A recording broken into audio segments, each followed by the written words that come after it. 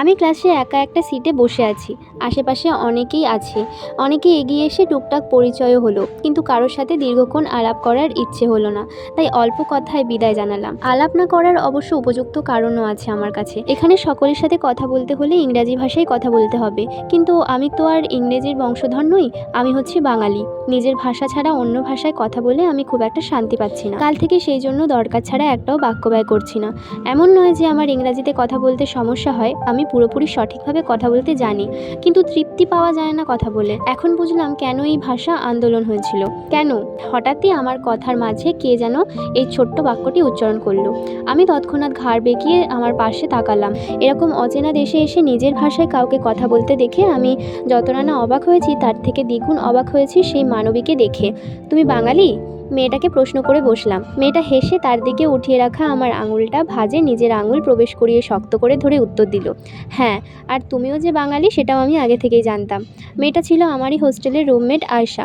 তারপর আমাদের মাঝে বেশ কিছুক্ষণ কথা হলো, আর তার কথায় বুঝলাম সে আমার ব্যাপারে আগে থেকেই জানতো। আমার মধ্যে বন্ধুত্ব হয়ে গেল। যেহেতু একই ক্লাস, আবার একই রুমে থাকবো দুজনেই, তাই ওর সাথে বন্ধুত্ব করাটাই আমার কাছে ঠিক মনে হয়েছে।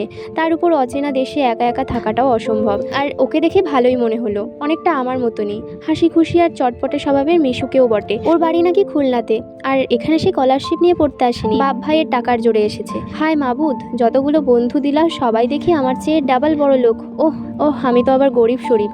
এর মধ্যে ধ্যান ভাঙে আয়েশার কথায়। স্যার চলে এসেছে। আমি তাকিয়ে দেখি আসলেই একটা টাকলু ব্যাটা এসেছে, আই মিন স্যার। এই টাকলা আমাদের স্যার, আগে তো দেখিনি ক্লাসে, আয়েশা বলল। ওর কথা শুনে আমি ফিক করে হেসে দেই, সাথে আয়েশাও। আমরা আর কিছু না ভেবে ক্লাসে মন দিলাম। ক্লাস চলছে বিকেল 3টে পর্যন্ত। ল্যাব সেশন না থাকায় কিছুটা আগে ছুটি হয়েছে, না হলে 4টে কি 4:30-এর আগে বের হওয়া মুশকিল। আনাইজা আর আয়েশা হোস্টেলে ফেরার উদ্দেশ্যে বের হবে, তখনই দেখে একজন লোক ক্যাম্পাসের নোটিশ বোর্ডে কি যেন একটা লাগিয়ে দিল। তারা এগিয়ে গিয়ে দেখলো এই সপ্তাহে কালচারাল নাইটস অনুষ্ঠিত হবে। যারা অংশ নেবে তারা যেন এখনই দ্বিতীয় ভবনে গিয়ে স্যারের সাথে যোগাযোগ করে। এই সাধারণ হ্যাকেটিভ ইউনিভার্সিটি স্প্রিং ফেস্টিভ্যাল বাহার সেন্ডলিং এর অংশ হিসেবেই হয় প্রতি বছর এপ্রিল বা মে মাসে। বিশেষ করে মে মাসের প্রথম বা দ্বিতীয় এই কালচারাল নাইটে বিভিন্ন দেশের স্টুডেন্টরা তাদের ঐতিহ্যবাহী পোশাক পরে গান, নাচ, নাটক, কুইজ, উপস্থাপনা, ভিডিও, খাবার প্রেজেন্ট করে।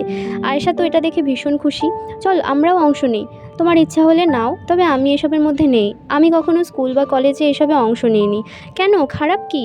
আসলে আমার এসব ভালো লাগে না। তার উপর এত মানুষের সামনে আমি কিছু কথা শুনতে চাই না। আমি অংশ নেব আর তুমিও নেবে।